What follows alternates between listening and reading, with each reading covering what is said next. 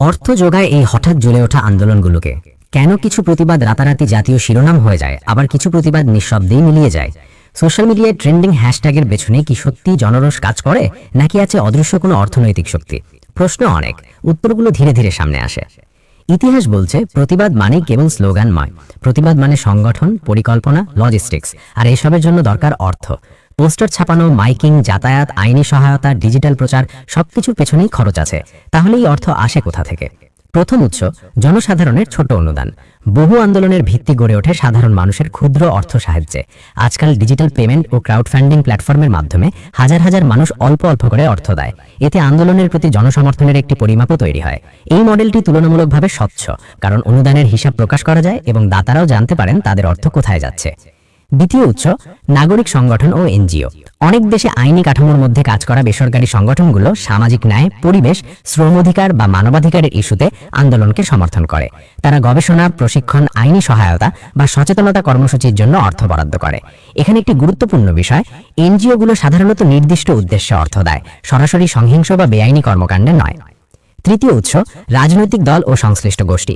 ইতিহাসে বহুবার দেখা গেছে কিছু আন্দোলন রাজনৈতিক স্বার্থের সঙ্গে জড়িয়ে পড়ে। কখনো প্রকাশ্যে, কখনো পরোক্ষভাবে দলীয় সমর্থন আসে, লজিস্টিক্স, প্রচার বা কর্মী ব্যবস্থাপনায়। তবে সব প্রতিবাদ রাজনৈতিকভাবে প্ররোচিত এমন দাবি সত্য নয়। বাস্তবে চিত্রটি জটিল, কোথাও রাজনৈতিক সমর্থন আছে, কোথাও নেই।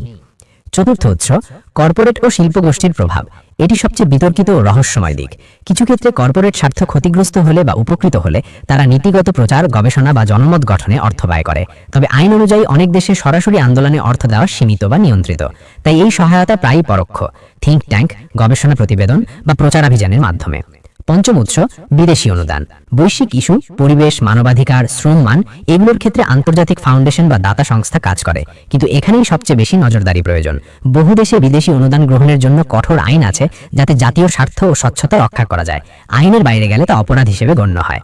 এখন প্রশ্ন, এই অর্থ প্রবাহ কি সবসময় স্বচ্ছ? উত্তর, সবসময় নয়। স্বচ্ছতা নির্ভর করে আইনি কাঠামো, রিপোর্টিং ব্যবস্থা ও গণমাধ্যমের স্বাধীনতার উপর।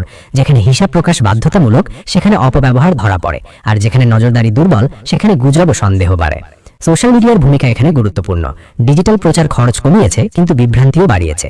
ভুয়া তথ্য দ্রুত ছড়ায়, আর ফান্ডিং নিয়ে অনুমান সত্য হিসেবে প্রতিষ্ঠা পেতে সময় লাগে না। তাই দর্শক হিসেবে আমাদের দায়িত্ব তথ্য যাচাই করা, উৎস দেখা, আইন ও নথির দিকে নজর দেওয়া। সবশেষে একটি সত্য পরিষ্কার, সব প্রতিবাদের পেছনে এক ধরনের অর্থায়ন থাকেই, কিন্তু তার মানে এই নয় যে প্রতিবাদ অবৈধ বা অসৎ। অর্থ আসে নানা উৎস থেকে, জনগণ, সংগঠন, কখনো রাজনৈতিক সমর্থন, কখনো আন্তর্জাতিক সহায়তা। সবই আইনের সীমার মধ্যে হলে বৈধ। প্রশ্ন হওয়া উচিত স্বচ্ছতা কতটা, জবাবদিহি কতটা, আর উদ্দেশ্য কতটা